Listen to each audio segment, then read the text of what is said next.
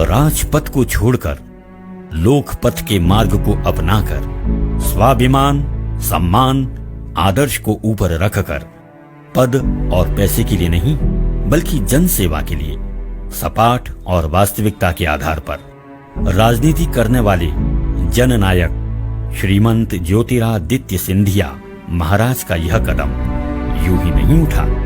यह निर्णय लेने से पहले कितने दिन, महीनों और वर्षों तक उन असहज परिस्थितियों को मन ही मन सहकर मजबूर हुए होंगे।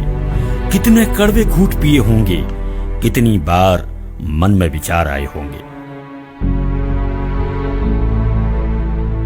लेकिन हर बार उन विचारों को, अपनी आस्था और जीवन के स्वर्णिम समय को जिसमें निवेश किया, उसे ऐसे ही नहीं छोड़ने की बात सोचकर उन विचारों को त्याग दिया होगा।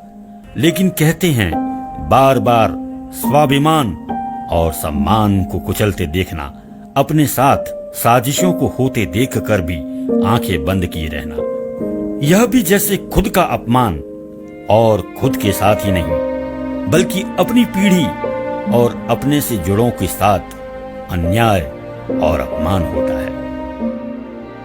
सहने की सारी सीमाओं ने जब बार बार जवाब दिया होगा, बार बार झकझोरा होगा, तब राजनीति की शुरुआत से विपरीत परिस्थितियों में जीवन का स्वर्णिम 20 वर्ष जिस दल में बिताए, जिसे सत्ता दिलाने के लिए हाड़ तोड़ मेहनत की और सत्ता के सिंहासन पर काबिज कराया, उस दल को छोड़ने का निर्णय किया होगा।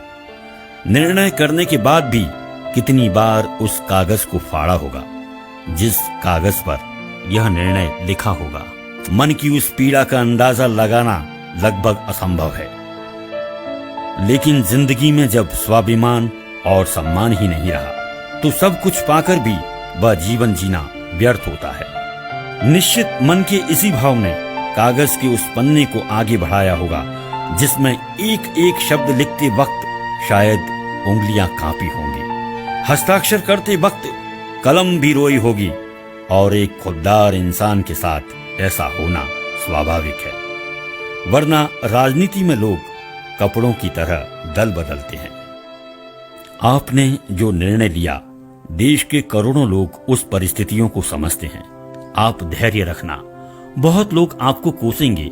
राजनीति का मामला ही कुछ ऐसा है कि वह कोसते कोसते परिवारों को भी घसीटेंगे। लेकिन आप विचलित मत होना। अपने सम्मान और स्वाभिमान को सदैव बनाए रखना। इस परिस्थिति में देश की करोड़ों स्वाभिमानी और सम्मानित जनता आपके साथ खड़ी है।